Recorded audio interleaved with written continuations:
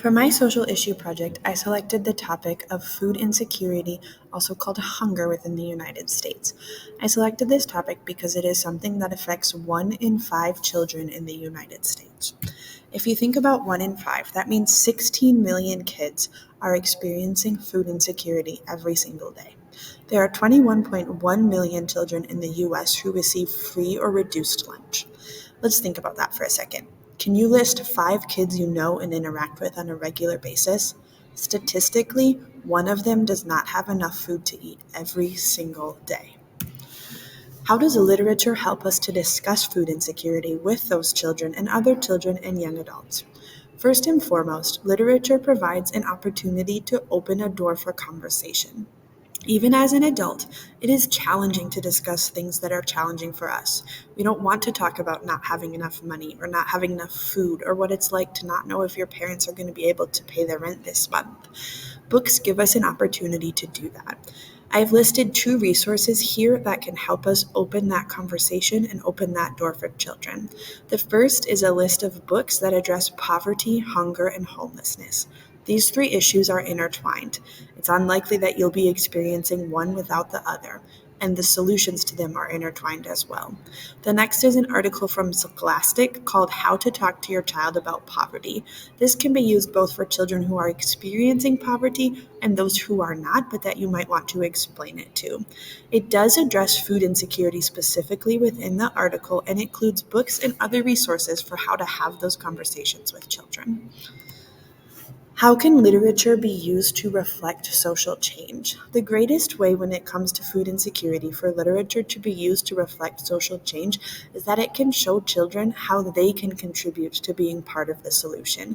In the book Kevin and the Food Drive, Kevin and his friends are eating lunch when he asks the table, "What did you have for dinner last night?" Several of them reply, but Kevin's friend Michael cannot answer. He asks his grandma that night, "Why didn't Michael have an answer?" And she explains to Kevin that not every family has enough to eat.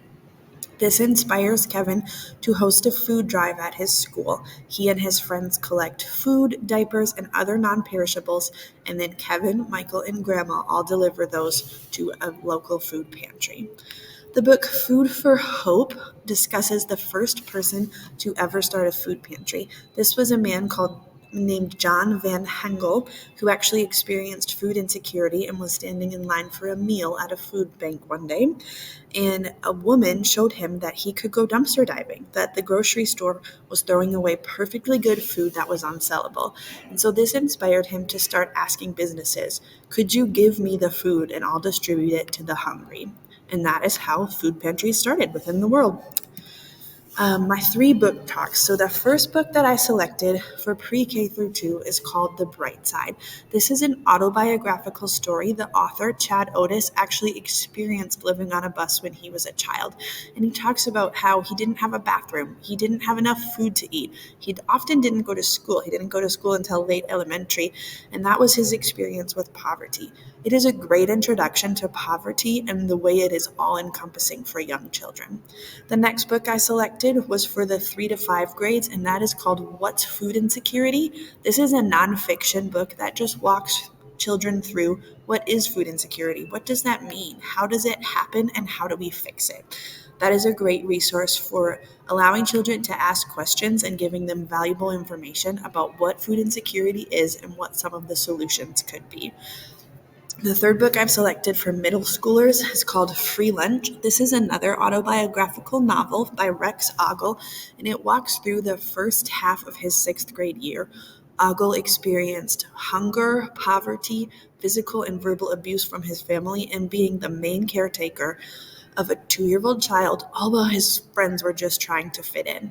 That is a good book for allowing middle school students to develop perspectives around outside of themselves.